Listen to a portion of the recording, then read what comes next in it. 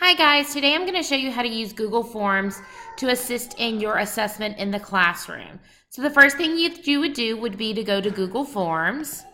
You would click on it, open up a blank document by clicking the plus sign up at the top.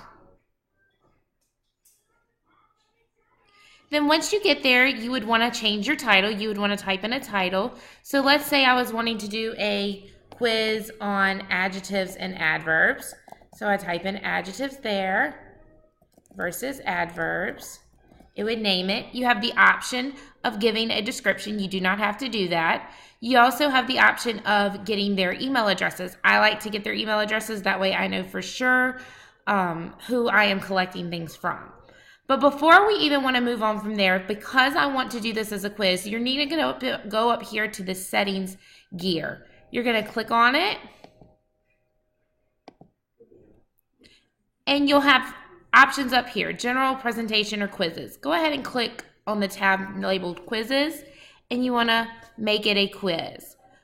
Once you do all of these things, you want to press save and go back to your test. Now you can go in and make your questions. So my first question might be, the cute puppy slept. And I would want to know what part of speech is cute in the sentence.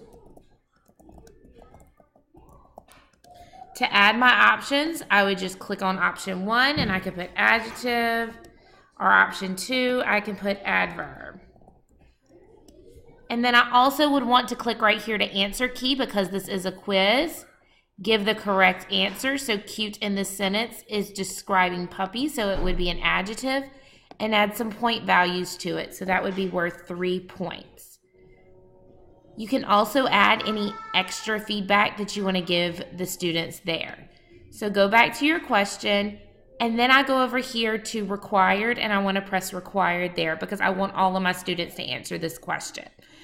This is a great little tool right here if you want to add some differentiation into your lesson and you want to ask some higher level thinking questions to those higher students in your classroom to see what they may get and, to test their knowledge. All right, this button right here would duplicate it if I wanted to duplicate the question, and this question right here would delete the question all together. So this right here is just one question. There are many different types of questions that I could ask. If I wanted to add another question, I would go up here to the plus sign and click add. And when I click add, you can see that the other question pops up. And if I want to ask a different type of question, there are many different choices like short answer, paragraph, multiple choice, check boxes, drop box. I can even upload a file, use a linear scale, multiple choice questions. All of those things can be added. Now let's say I am finished with my quiz and I want to send it. I go up here to the send button, press send to all of those that I want to send. I have multiple choices. I can send it through email, through a shared link, or I can embed it into a website or my LMS or things like that. I can also share it on social media through Google+, Facebook, and Twitter. However, my school doesn't allow me, and I know a lot of elementary schools don't allow them to use a lot of social media. My favorite way to share it is if you don't have Google Classroom as your LMS is through the share the link task, because I can click the shorten URL and I can just copy and paste it into the link. The students can go take it and it's done right then and there, and it's something common for them to go to and use.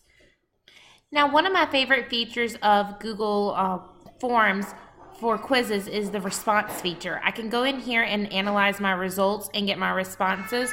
Right now, for this quiz, I have one response because I was the one that took it this afternoon.